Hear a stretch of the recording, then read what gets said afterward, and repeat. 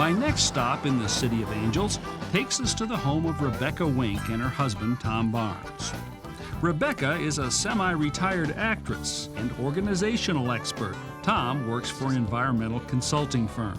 Today, the environment commanding the couple's attention is their backyard. I'm going to help them kick off their landscaping efforts with a new garden wall. Good morning. Hi. How you doing? Good. How are you? I'm Rebecca. Hey, Rebecca. Hi, I'm Tom. Nice Hey, to see you. Tom. Pleasure to meet you guys. Yeah. Welcome. So this is it.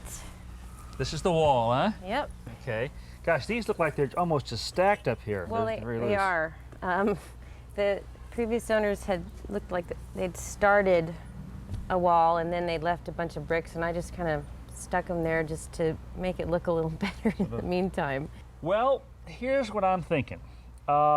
This is a fairly good grade right here. I think this wall needs to be a little bit more substantial. So what I'm going to propose is that we take all the bricks out and use some slightly heavier and wider blocks, interlocking blocks. Now these are the blocks that we're going to use for today's wall. They just simply stack one on top of another, 1, 2, 3, and so on. Actually, these can get quite high. They don't use any mortar. Instead, they rely upon this lip right here on the rear edge. This hooks over the rear edge of the row below. So what you get is sort of a stepped back effect right here, and this can resist a lot of pressure from the rear side. It simply won't topple over. The first order of business is removing what's left of the old wall. If you guys have got a wheelbarrow or a wagon or something like that. Yeah, we have a little radio flyer. I'll take it, okay. All right, guys. Boy, does this take me back to my childhood. I used to have one of these. Pretty old. You know what? One. Let's just dig in.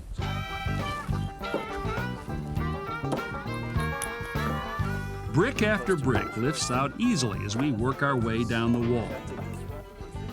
Isn't that fun, though? I know, it's great. Things get a little tougher, though, as we reach the bottom, and we resort to a sledgehammer. Let's see if we can break some of this loose. You know, this is really one of these tools that works with gravity. What I usually do is start with my hand up here near the head. Then as I bring it up over my head like this, I let this hand come down. And at this point, it's just gravity that's doing all the work, all right? Okay. Give it a shot. You might want to stand back. Okay. Rebecca quickly strikes a rapport with this new tool. Beautiful. Get out all my aggression. After removing the rubble, we clear the dirt back almost a foot from the edge of the grass. Since we're going to reuse this dirt later on, I've laid a tarp down to keep it off the grass. We have a little bit of an unusual situation here.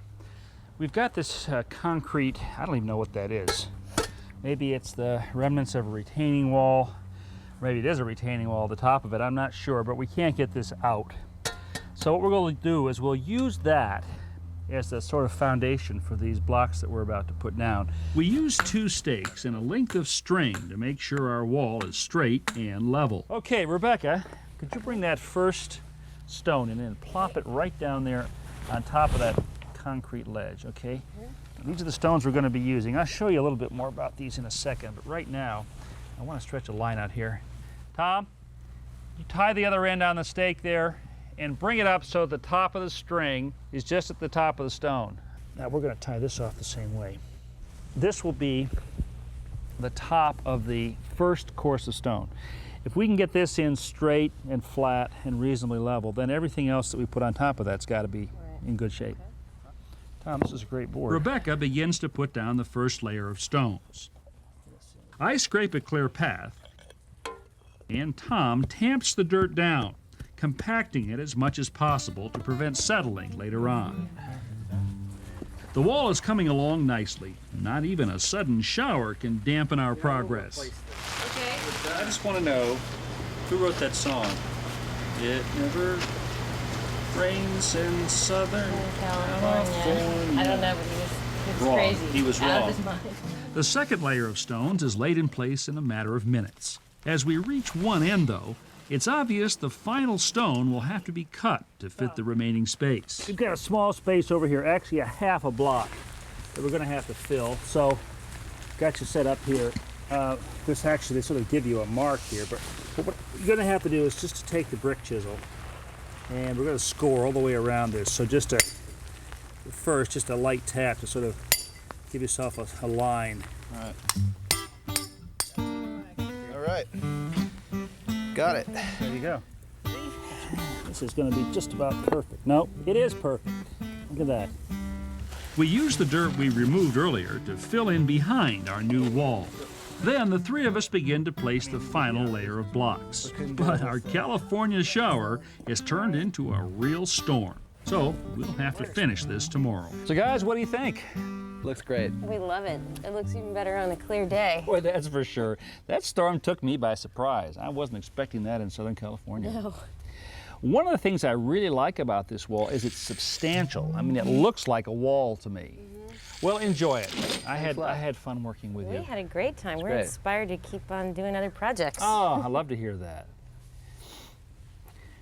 How much for the radio flyer? Oh, we can't sell that. That was a wedding present. You know, what a great idea. A radio flyer as a wedding gift.